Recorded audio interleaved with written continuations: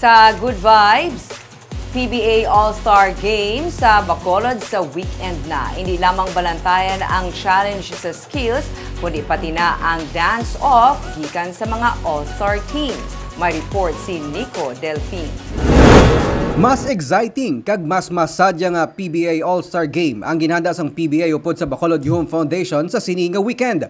Ginsiling ni PBA Commissioner Willie Marshall nga hindi lang basketball game highlights ang masaksihan sa mga fans, kundi pati ang pinasay nga skills challenge kag dance-off sa tunga sang team nanday Mark Baroka kontra sa team Jafet Aguilar sa Domingo sa USLS Coliseum sa alas 6 ng gabi.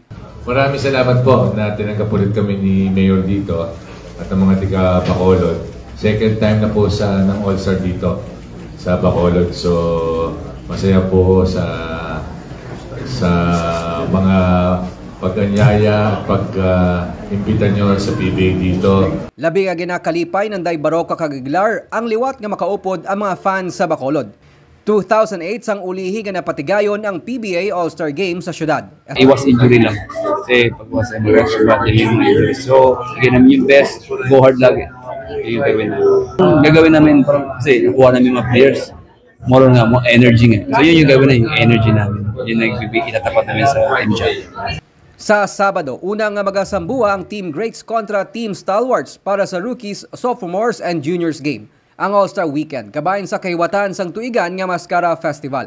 Ginsiling ni Mayor Albi Benitez nga kung matapos na ang construction sang Coliseum kag Convention Center sa Barangay Alihis sa Oktubre, mas madamo pa nga national kag international sports events ang palaabuton sa pagsanyog sang sports tourism sa syudad. Engaged naman, collaborate kita sa mga national sporting agency or associations para makabulig sa atong promote ang sport tourism sa Mascara Festival. There could be more, Mayor, ng mga international games pa.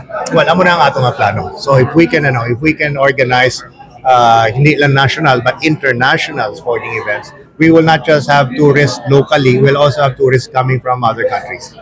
Nalakip man sa balantayan pangahinampang sa Bacolod ang natalana nga Philippine ROTC Games sa Mayo 26, tubtob Hunyo 1. Nico Delfin para sa DigiCast Negros.